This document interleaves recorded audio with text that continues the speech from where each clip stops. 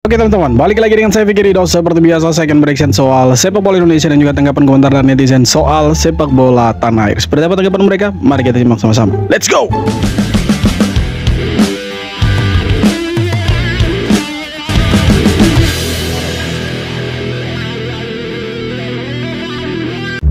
Presiden Konfederasi Sepak Bola Asia (AFC), Sheikh Salman bin Ibrahim Al Khalifa, memuji sepak bola Malaysia di saat timnas Indonesia Mereka dapat pujian, guys. Kita tidak dapat, kan? U17 lolos Piala Dunia U17 2025. Pujian itu dilontarkan Sheikh Salman saat bertemu Presiden Federasi Sepak Bola Malaysia (FAM), Datuk Mohd Johari Ayub di AFC House, Kuala Lumpur, Malaysia pada Kamis 10 April. Sejarah AFC dan sepak bola Malaysia saling berkaitan. AFC selalu menghormati para pemimpin bijaksana dari Malaysia, baik di masa lalu maupun sekarang. Kami sangat menghargai kontribusi mereka yang tak ternilai terhadap perkembangan sepak bola Asia, ucap Sheikh Salman, dikutip dari Okezone. Ya, mereka dipuji, tapi kita lolos Piala Dunia. Sama saja dipuji tapi tidak lolos Piala Dunia itu kan, ya percuma. Kasihan mereka tuh. Ya tapi dipuji sama AFC ya. Bersyukurlah mereka punya prestasi dapat pujian dari AFC itu.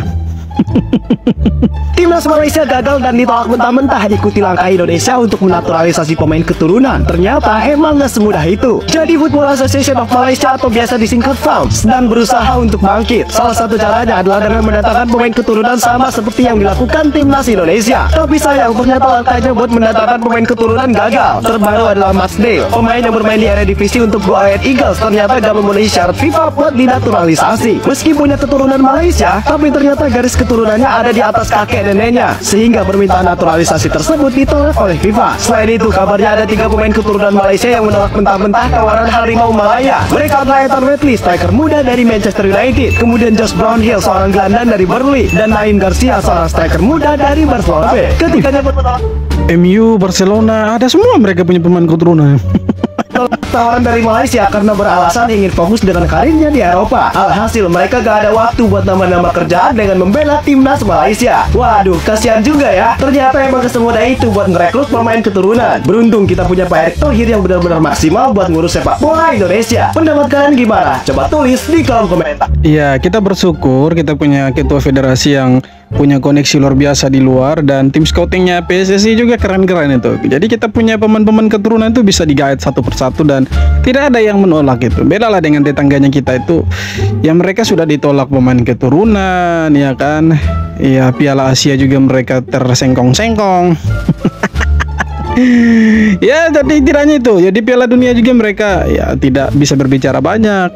Dan kalau kita lihat memang kalau bicara soal pemain keturunan kita ya tidak kurang stoknya, banyak, bahkan masih ada yang antri di belakang itu yang belum diproses sama PSSI kan. Jadi ya itulah kelebihannya kita punya pemain keturunan lebih banyak dari mereka. Nah salahnya mereka itu sering mengklaim tapi yang diklaim itu justru tidak tahu kalau mereka itu punya garis keturunan Malaysia atau tidak. Mereka justru menolak gitu. Itulah perbedaannya dengan kita. Kita ada sih yang menolak awalnya, tetapi ya ujung-ujungnya mereka tetap mau dinaturalisasi. Itulah kelebihannya kita timnas Indonesia. Indonesia ke Piala Dunia bawah 17. Sebelum itu jangan lupa follow, like and share video ini. Jiran kita Indonesia telah layak ke Piala Dunia bawah 17 tahun selepas menjuarai kumpulan. Mereka telah menjuarai perkumpulan AFC di Piala Asia bawah 17 tahun dan menjadi juara automatik. Indonesia layak ke Piala Dunia bawah 17 tahun. Ini adalah satu kejutan terbesar bagi negara ASEAN Tenggara. Tahniah kepada Indonesia kerana layak ke Piala Dunia, dan kita mengharapkan Malaysia juga dapat belajar daripada Indonesia untuk lebih maju dalam bola sepak pada masa akan datang. Iya, semoga Malaysia mau belajar dengan Indonesia di masa yang akan datang. Tapi berat itu. Kayaknya tidak akan mau Malaysia belajar dengan Indonesia itu. Korea Utara menghukum timnas Indonesia U17 di perempat final Piala Asia U17. Sejak peluit awal dibunyikan, timnas Indonesia U17 tampak gugup dan rasa percaya diri mereka seolah hilang saat menghadapi tekanan Korea Utara. Hal ini terlihat ketika Coach Nova selalu berteriak memberi motivasi di pinggir lapangan dan meminta pemainnya untuk tetap fokus. Salah passing, panik ketika mulai ditekan dan tak mampu keluar dari tekanan tinggi lawan, jadi gambaran nyata performa Putu Panji dan kawan-kawan. Hasilnya 2 gol bersarang ke gawang Dava Al-Ghasemi di 45 menit pertama. Di babak kedua, alih-alih bangkit, timnas U17 justru kembali diberondong dengan 4 gol oleh putra bangsa Kim Jong-un. Alhasil, Korea Utara benar-benar menghukum setiap kesalahan kecil yang dibuat Indonesia. Namun hasil ini juga menjadi pelajaran berharga untuk Garuda Muda tentang kesiapan mental dalam menghadapi laga besar. Tidak bisa dipungkiri bahwa permainan Indonesia lawan Korea Utara tadi malam ya jauh dari harapan kita semua, jauh dari kata bagus, dan lawannya kita terlalu kuat. Korea Utara terlalu Spartan. Mereka solid di lini pertahanan, ketika menyerang pun mereka solid, transisinya bagus dan luar biasa, yaitu yang menyulitkan pemain-pemain kita ketika melakukan build up dari belakang, mencoba membangun serangan dari belakang ke depan, ya selalu gagal. Dan yang lebih lucunya tadi malam ketika kita lawan Korea Utara, pemain itu sering sekali salah passing, kemudian ketika kita masuk ke sepertiga dari daerah pertahanannya Korea Utara, bingung mau ngapain. Satu orang pegang bola, yang lainnya bingung mau ngapain. Itu yang pertama. Yang kedua, setelah kita masuk sepertiga dari lapangannya Korea Utara, ya kita bingung mau syuting, mau umpan, atau mau kembalikan bola ke belakang. Nah, itu yang dimanfaatkan oleh pemain-pemain Korea Utara. Tidak hanya itu, mereka juga ketika pemain Indonesia memegang bola, 2-3 orang sudah pressing pemain-pemain Indonesia. Itu yang membuat pemain-pemain Indonesia sangat kelelahan, sangat kesusahan membongkar pertahanan dari Korea Utara. Dan fisiknya Korea Utara, ya Allah, itu gila. Mereka terlalu kuat dan jarang sekali mereka itu kesakitan di lapangan. Beda dengan Indonesia. Meski negaranya tertutup, kenapa sepak bola Korea Utara cukup maju? Yaitulah pertanyaan yang banyak dipertanyakan oleh orang-orang usai timnas U17 dicukur habis 6-0 oleh Korut. Padahal negara tersebut adalah negara yang tertutup. Namun Korut di sepak bola terbilang cukup maju di Asia. Bahkan sepak bola wanitanya ada di ranking 9 FIFA. Kekuatan sepak bola Korut bukan terletak pada pembinaan usia mudanya, namun pada didikan keras alam militernya. Para pemudanya ditempa latihan fisik dan mental alam militer. Itu berpengaruh terhadap olahraga, apalagi sepak bola. Jadi sepak bola Korea Utara unggul dari segi mentalitas dan fisik yang mudah terbentuk. Pantasan mereka punya wajah itu boros-boros itu. Kelihatan lebih tua dari pemain-pemain Indonesia itu. Fisiknya mereka kuat-kuat, pantasan. Pantasan. Ini mereka U17-nya Korea Utara bermainnya itu dewasa, sedangkan kita U17-nya kita itu bermain ya selayaknya umurnya mereka U17, pantasan. Wajar sih kita kalah. Oke, tidak perlu diperdebatkan itu. 11 pasukan khusus Korea Utara melawan 11 adik-adik SMA Indonesia. Ya, dibantai dengan skor 6-0 tanpa balas, telurnya nggak pecah. Tapi gue tetap mengapresiasi kerja keras semua pemain. Gue tetap support untuk kedepannya. Jadi buat kalian jangan ada yang menghujat ke pemain cuy. Mereka juga nggak pengen untuk kalah. Tapi kalau gue lihat dari segala aspek, memang kita kalah semua dari Korea Utara. Untuk yang pertama mental kita dari menit awal itu udah ngedon. Jarak antar lini jauh, komunikasi antar pemain juga pemain nggak ada yang berani megang bola. Tetap dukung timnas, jadi jangan ada yang ngehujat pemain. Kalah menang tetap kudukung cuy. Gue sih pengen ketemunya finalnya Korea Selatan sama Korea Utara sih, biar derby nuklir. Tapi banyak sih yang menghina Coach Nova gara-gara kalah 6-0 dari Korea Utara. Katanya Indonesia tidak layak ke Piala Dunia karena kita ada di grup kentang. Sebenarnya tidak kentang-kentang amat juga, karena kalaupun di situ ada Thailand, Vietnam, dan negara-negara Asia Tenggara yang lain, belum tentu mereka seperti Indonesia. Jadi harusnya kita bersyukur kita punya negara bisa masuk ke 8 besar dan bisa bersaing dengan Korea Utara, walaupun kita dihajar habis-habisan, tapi ya itu dijadikan pembelajaran lah supaya kedepannya lebih bagus lagi dari tadi malam ketika kita bermain. Ya kita kalah di semua posisi lah dari Korea Utara. Wajar kalau kita kalah itu.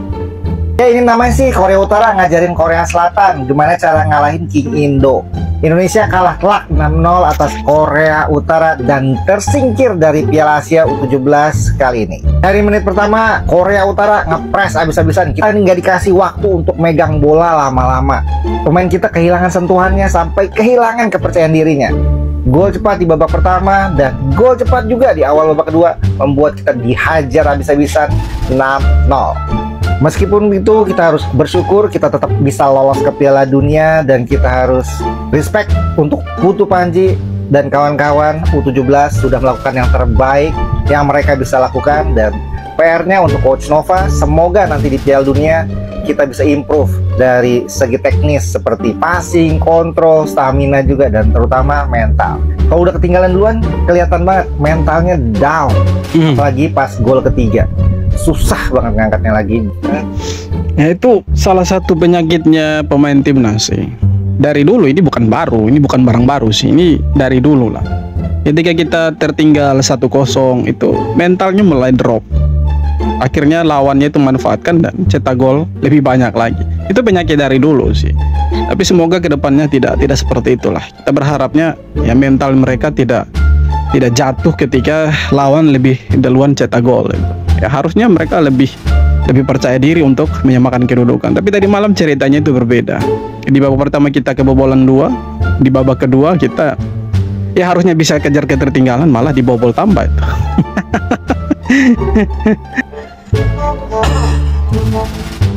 Full time nih. Indonesia U17 harus mengakui keunggulan segala-galanya dari Korea Utara dengan skor 6-0. Gua nggak bohong, gua nggak bercanda nih boy, gua nggak bercanda nih.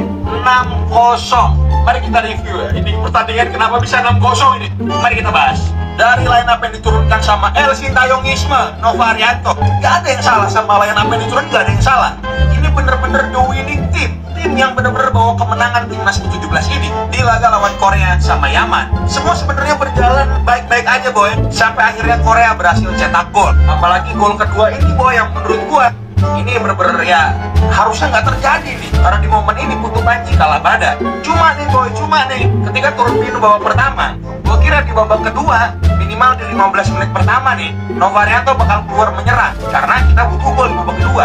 Ternyata tetap enggak gitu. Bahkan sampai di menit 70 pun ketika kita udah ketinggalan 5 gol, kita tetap bermain secara mid block, gak ada intensi untuk ngelakuin pressing. Dan satu yang gue sorot boy, padahal secara fisik nih ini udah cukup menjanjikan banget ketika ini foto ini naik ya.